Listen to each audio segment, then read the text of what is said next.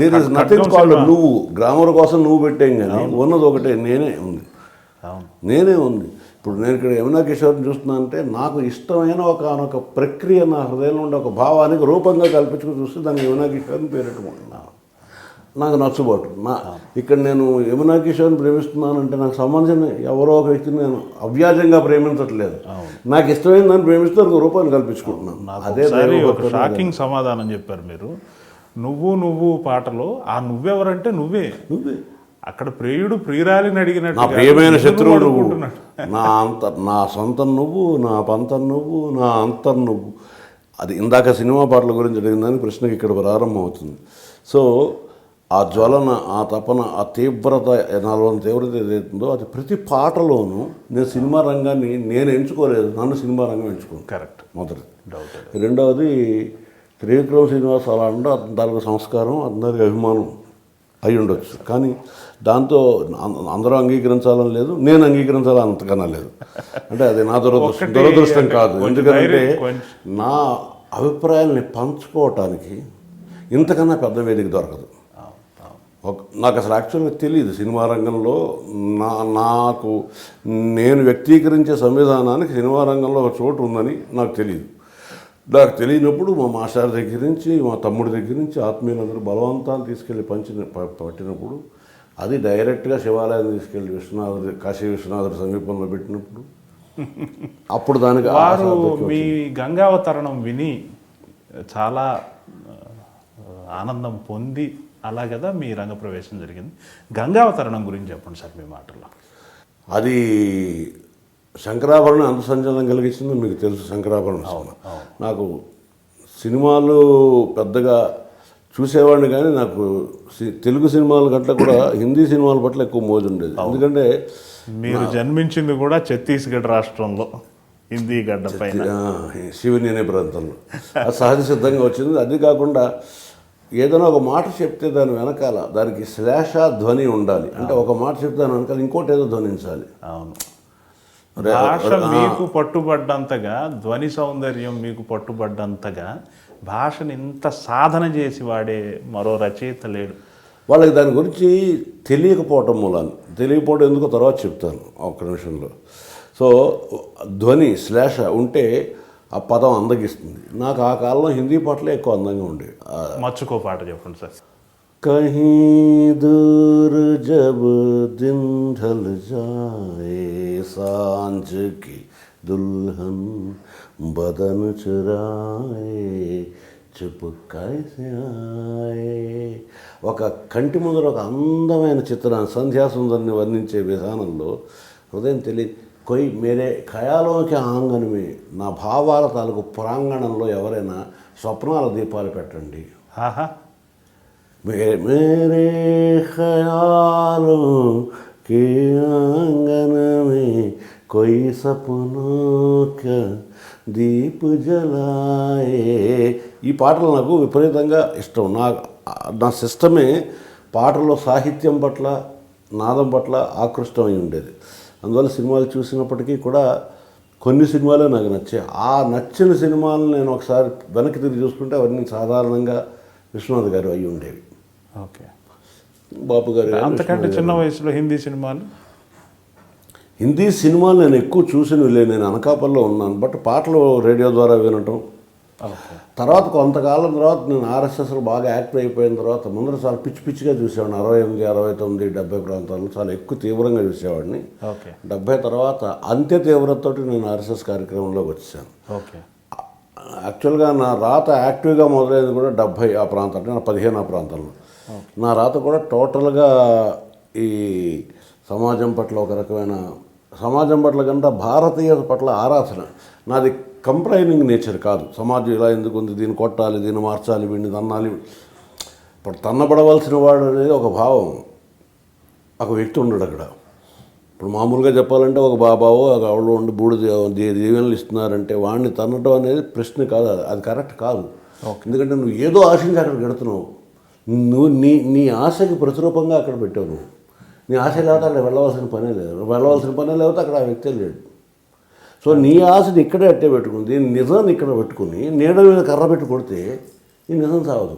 బ్రహ్మాండం సార్, అద్భుతమైన ఎక్స్ప్రెషన్. నువ్వు నిజాన్ని చంపడానికి నీడను కొట్టకూడదు. అలాగే నీకు అన్ని రకాలు, ఒక్క భక్తే కాదు మిగిలిన అన్ని విషయాల్లో కూడా. సో పీడితుడు వీటన్నిటినీ నువ్వు అసహనంతో చూస్తే నీ అసహనాన్ని వెల్లడించుకోవడం అవుతుంది తప్ప ఒక కార్యక్రమ ప్రణాళికలో నీ తాలూకు భాగం కనిపించదు. రామకార్యానికి తమ తాలూకు పేర్లు ఉండాలని కోతులు పడుకోలేదు.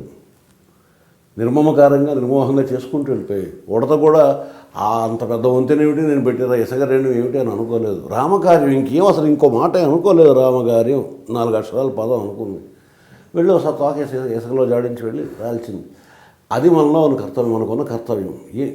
పాజిటివ్గా ఏం చేయగలం, నిర్మాణాత్మకంగా ఏం చేయగలం. ఒక ఇసుకరేణు విదల్చగలమా, విదిలిద్దాం.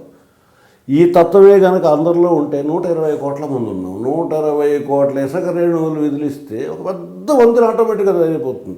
నేను మొత్తం వంతెనంతా నిర్మించాలని అనుకున్నా, నిర్మూలించాలనుకున్నా, రెండూ కరెక్ట్ కాదు. సో ఆ విధమైనటువంటి ఆలోచనలో నేను 70 తర్వాత ఆర్ఎస్ఎస్లోకి వచ్చిన తర్వాత భారతీయత పట్ల నాకు విపరీతమైన ఆరాధనాభావం.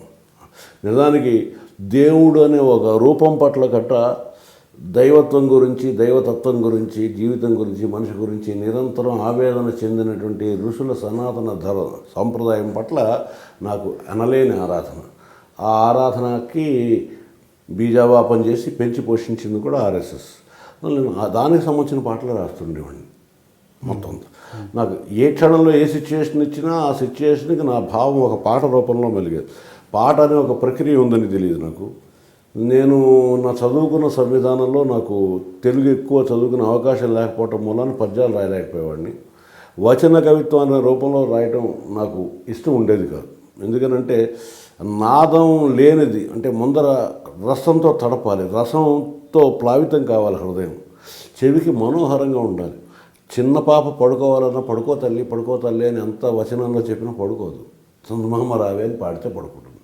దీనికి అర్థం తెలియక, దానికి అర్థం తెలిసి కాదు. అందులో ఒక నాదం ఉంది. ఆ నాదంలో ఆ మమత ఆటోమేటిక్గా ప్రవహిస్తుంది. కంటికి కనపడకుండా మమత ప్రవహిస్తుంది. ఈ మాట్లాడడంలో ప్రవహించదు. అందువల్ల వచన కవిత్వం పట్ల నాకు పెద్ద సదవగాహన ఉండేది కాదు. కొన్ని కథలు రాశారు అనుకుంటున్నాను నేను. అంటే కథలు కూడా నేను శైలిలో కవితాత్మకంగానే రాసేవాడు. తక్కువే రాశాను, ప్రచురించబడ్డా కూడా తక్కువే. 50 రాసుంటే ఒక 15-20 ప్రచురించబడేవి. ఇవి ప్రచురణానికి సంబంధించిన విషయాలు కావు పాటలు అనేవి. అందువల్ల నేను ఎవరు అన్నది అందరికీ ఆశ్చర్యమే. నాతో పాటు ఇప్పుడు గాయకుడా పాట రాస్తాడు, పాట అంటే లలిత గీతం అది కాదు నేను రాసేది, ఏదో ఉంటుంది. సో వీటి మధ్యలో నుంచి అనుకోకుండా ఈ వేదికకి శంకరాభరణం విజయోత్సవాలు జరుగుతున్న సందర్భంలో కాకినాడకు వచ్చినప్పుడు నా మిత్రుడు ఆకెళ్ళ వాళ్ళు వచ్చారు కదా, ఏ సందర్భం చెబితే ఆ సందర్భానికి ఇట్టే రాసేస్తావు అంటే, అంతకుముందు ఒకసారి దివిసీమ వచ్చినప్పుడు దివిసీమకి ప్రతిస్పందించి రాయమన్నారు. రాయమని సాధారణ నేను మొట్టమొదటి రియాక్ట్ అయిన విధానం ఏమిటి అంటే, రాయటం ఏంటి, అక్కడ అంత పెద్ద ప్రమాదం జరిగి మానవులు అంత దుస్థితిలో ఉంటే పాట పాడటం రాయటం ఏంటి, ముందర చేయగలిగింది ఏదో చెయ్యాలి. కానీ నేను రాయగలిగేవాడిని అయ్యుండి రాసేవాడిని అయ్యుండి నాకు కోపం అనమాట. అంటే మీరు పెన్నులు పట్టు రెడీ కూర్చుంటారా, భూకంపాలు ఎప్పుడు వస్తాయి, యుద్ధాలు ఎప్పుడు వస్తాయి, వరదలు ఎప్పుడు వస్తాయి, ఎంతమంది చచ్చిపోతారు, వెంటనే ఓహో కవి వీళ్ళ మీద ఎందుకు కూర్చుంటారా మీరు? కవి కంటే ముందు నువ్వు మనిషివి కదా, నీ తాలూకు ప్రతిస్పందన రాయటంలో ఉండకూడదు. సో అప్పుడు కూడా దేశం వచ్చినప్పుడు నేను ఇవ్వగలిగినంత ఇచ్చేసి, తర్వాత అప్పటికే చాలామంది అందరూ స్పందించారు, సమాజం అందరూ స్పందించారు. 20-30 కోణాల్లో నుంచి ఇంకెవరినైనా డబ్బులు ఎడతాపో ఇవ్వడానికి ఎవరి దగ్గర ఏమీ లేదు. పైగా నేను అడగడానికి నాకున్న స్థాయి ఏంటి, ఒక చిన్న టెలికమ్యూనికేషన్స్లో ఒక గుమస్తాని 77 అంటే 20 ఏళ్ళు 21 ఏళ్ళు నాకున్న స్థాయి ఏమిటి? సో అప్పుడే గవగవా రూపాయకు టికెట్ ముద్రించేసి సాయంత్రం నాటకం వేసేసి ప్రతి వాళ్ళ దగ్గరికి వెళ్ళి నాకు పర్సనల్గా ముష్టి వేస్తున్నాను అనుకోండి అని ఇట్లాగ అడిగి కొంత సంపాదించి అంతే ఒకళ్ళు అంతా ఇచ్చిన తర్వాత అప్పుడు నేను రాసుకున్నాను పాట. తర్వాత నన్ను అడిగినప్పుడు నేను రాసుకుంది ఒక బాధతో కూడిన కరుణరసాత్మకమైన పాట. నన్ను రాయమని అడిగినప్పుడు సడన్గా నాకు వేరే నేను ఏడుస్తూ రాసుకున్న పాట. ఏడుస్తూ కూర్చోవడం పని లేదు, అయిపోయింది. జీవితం అయింది, వెళుతూనే ఉంటుంది. ఎన్ని జరిగినా, మంచి జరిగినా చెడు జరిగినా తిరిగి వెనక్కి రాదు. ఇప్పుడు ఏం చేయాలంటే నా ఆలోచన విధానం ఎలా ఉంటుందో చెప్పడానికి ఇంత వివిడిగా చెబుతున్నాను. అక్కడ కూర్చుని సడన్గా ఏం ఆలోచించానంటే,